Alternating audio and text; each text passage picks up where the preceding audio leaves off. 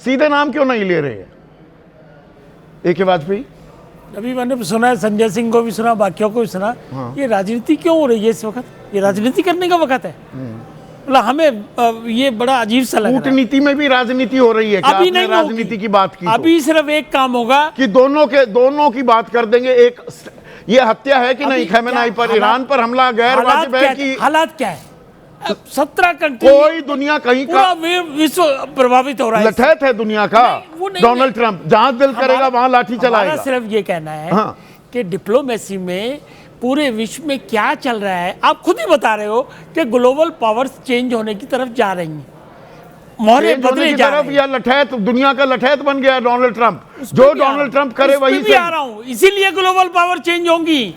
जब कोई लठैती ज्यादा से क्या होगा? या हौसले और बुलंद होंगे? कोई बुलंद नहीं होंगे।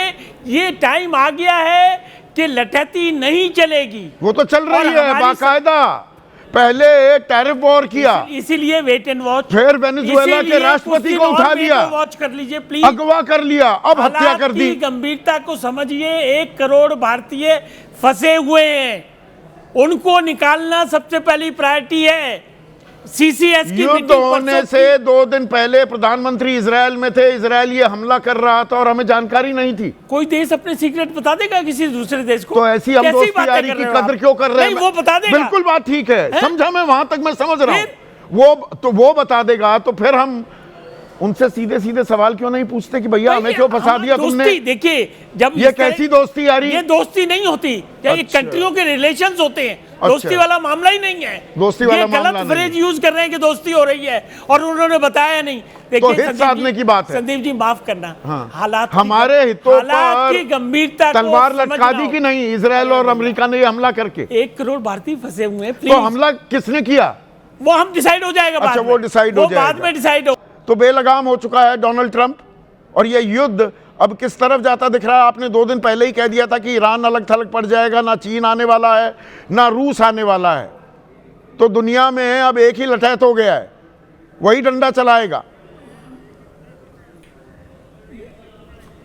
इसमें कोई शक की बात नहीं है। देखिए संदीप, ये यूनिपोलर वर्ल्ड है और डोनाल्ड ट्रंप सोच समझ के आया। डोनाल्ड ट्रंप तो एक मुखड़ा है, ये एक डीप स्टेट की जो पूरी की पूरी उनके बैकिंग है। आप इलेक्शन हार जाते हो, उसी संसद की जिसकी पार्लियामेंट उनकी बात कर रहे हो आप, उस पर आप अटैक करते हो, फिर आप सारे लीगल प्रोसीजर सॉल्व करते हो, भारी बहुमत से जीत के आते हो, दुनिया पे तारीफ लगाते हो, इंटिमिडेट करते हो दुनिया को, दुनिया डर जाती है, वेनेजुएला करते हो, अब ईरान कर रहे हो और कुछ नहीं। और उसकी बहुत क्लियर कट स्ट्रैटेजी है। देखिए, वो कंप्लीट एनर्जी रिसोर्सेज पर कंट्रोल करेगा, कंप्लीट स्ट्रैटेजिक एरिया पे। ईरान और गल्फ ये स्ट्रैटेजिक एरिया है। गल्फ की 5-6 कंट्री तो ऑलरेडी वहां बेसिस है, ईरान बचा हुआ है और टर्की वैसे उसके साथ है। तो ये सब उसकी स्ट्रैटेजी है, बिकॉज ये एरिया जो है ईस्ट और वेस्ट का कनेक्ट है, ईस्ट और वेस्ट का कनेक्ट है। तो हम चुप्पी साधे बैठे रहेंगे, एनर्जी कनेक्ट। मैं सैन्य सवाल नहीं, आज आर्थिक सवाल पूछ रहा हूं जनरल साहब आपसे। ये तेल की मार फिर हम झेलने के लिए हो जाएं तैयार? देखिए, आपको तेल की मार, आप तेल की मार कर रहे हैं सिर्फ। आप वो भी भूल जाओ कि आपके 12-13 बिलियन डॉलर हर साल हर महीने आते हैं वहां से। ये भी भूल जाओ कि 1 करोड़ लोग एम्प्लॉयड हैं, ये भी भूल जाओ। लेकिन आपकी बड़ी बड़ी कंपनियां वहां से ऑपरेट कर रही हैं। 9 बड़ी कंपनियां हैं जिनकी ऑफिस बॉम्बे में है, वो भी तो है। तो बड़ी कंपनियां वहां से ऑपरेट कर रही हैं। तो आपको तो ये लॉस, अगर ये लंबी खिंची तो आप कुछ नहीं कर सकते। तो मतलब अमेरिका के दबाव में, क्योंकि आप रूस के भी एक्सपर्ट हैं, रूस से तेल लेना छोड़ दिया, अब इधर तेल का खेल और हो जाएगा, हमारी अर्थव्यवस्था का तेल निकल जाएगा क्या सर? बिल्कुल निकलेगा। और नहीं, अगर तब नहीं निकलेगा जब आप हिम्मत दिखाएंगे और आप आज ही रशिया से बात स्टार्ट करेंगे। और जो ईस्ट कॉरिडोर रशिया ने बात की है, आप उससे दोबारा से उससे स्टार्ट कीजिए। आप व्लादिवोस्टोक से लाइए साहब, और आप लाइए चेन्नई तक।